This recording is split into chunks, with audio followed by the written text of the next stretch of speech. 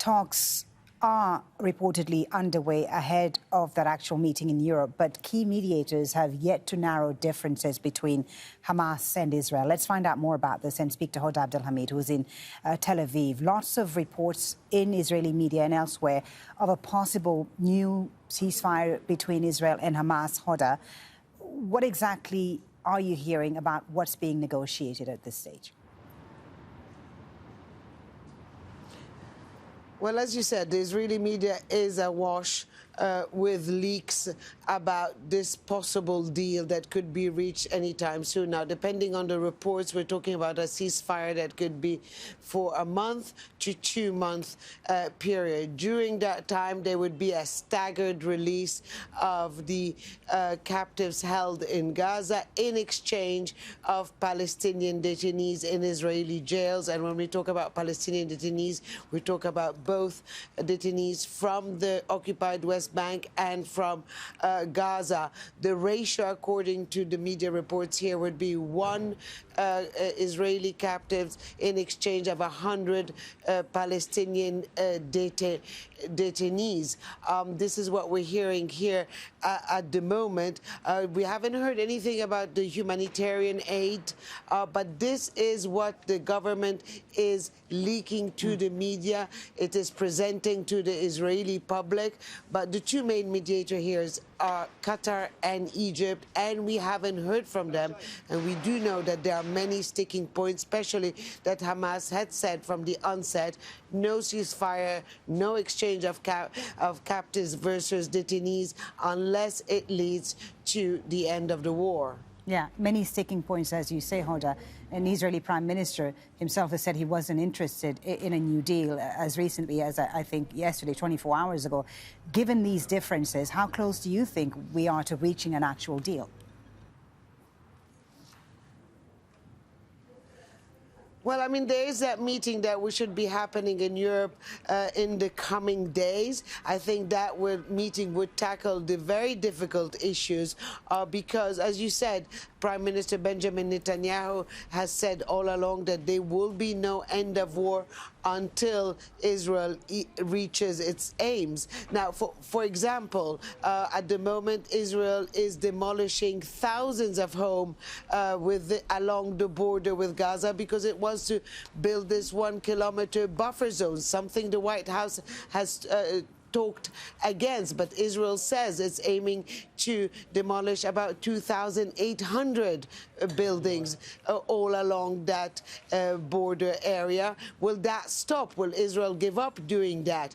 Then you have the position of Arab countries like Egypt, Qatar, and even Saudi Arabia, who say, well, at the end of all of this, there should be a serious start of negotiations to reach a two-state solution, the political track that would finally bring about a Palestinian state. Prime Minister Benjamin Netanyahu has said repeatedly that he was against that. So very important and very substantial sticking point.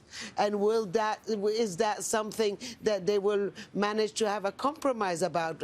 Another one being Israel wanting the exile from Gaza of the Hamas leadership in Gaza, be it Yahya Sinwar or the head of the Qassam Brigade, Mohammed Deif.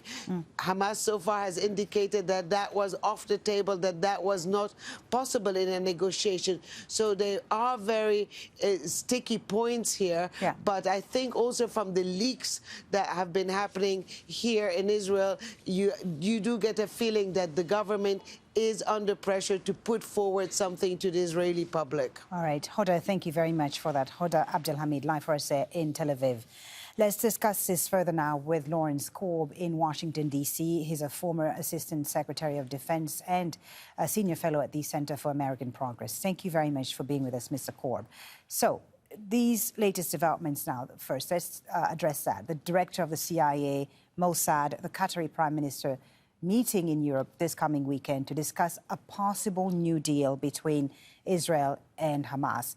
Now, the last time William Burns was in the region in November, we had that prisoner exchange deal. So the fact that we have these high-ranking officials meeting again What does this signal in your view? Are we likely to see a new deal being announced very soon?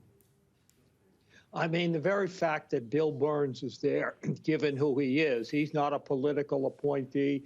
He's a career foreign service officer. He's been ambassador to Russia. I think it sends a signal that this is probably going to lead someplace. Now, I know that Prime Minister Netanyahu has not helped things with all of the comments that he's made lately. But we have let him know that, in fact, if he continues to act like this, the whole question of U.S. aid is on the table. And he also is feeling pressure at home because of what this war is doing to the Israeli economy and so many people called up from civilian jobs. So I think the fact that Bill Burns is involved is a signal that this is pretty serious. Right, pretty serious. You say the CIA director joining efforts to find this new deal. Now, some media reports have suggested that this is perhaps one of the most ambitious ones that the U.S. is seeking in terms of a ceasefire involving the release, reportedly, of all remaining Israeli captives and a longer cessation of hostilities in Gaza. Given what you've told us about Prime Minister Netanyahu and what we've heard is his reluctance to stop hostilities in Gaza, how does Bill Burns convince the Mossad chief and other Israeli officials that this is the best deal right now? Well, I think he lets them know that there's a lot of opposition in the United States to continue the aid. Many Democratic senators are opposing any more aid to Israel. President Biden has communicated that to Prime Minister Netanyahu publicly in terms of the direction that we want to go, particularly with the two-state solution.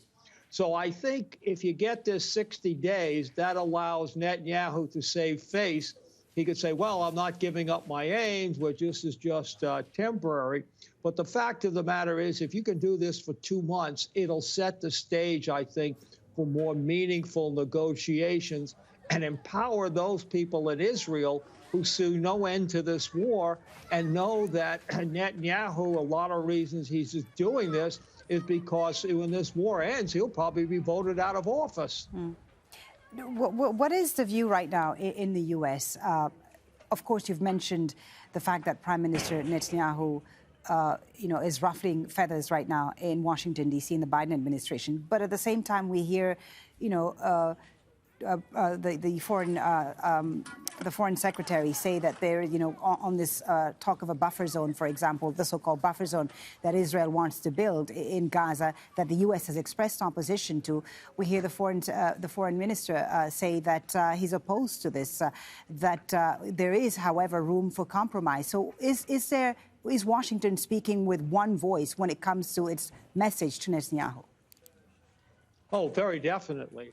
From the beginning, President Biden has told the Israelis, don't make the same mistake we made in Afghanistan, where you think you can change the whole society and do it quickly. And we've also publicly criticized him when he's come out against the two-state solution. We said, no, that's what we want, because until you get that, you're going to continue to have these conflicts. And I think this 60 days is a time enough for people to realize that we can end this war without endangering Israel's security. And I don't think, again, this is helped by President Netanyahu or Prime Minister Netanyahu criticizing Qatar. Qatar has played a very, very important role in this whole situation, mediating between Hamas and Israel and Egypt and the United States.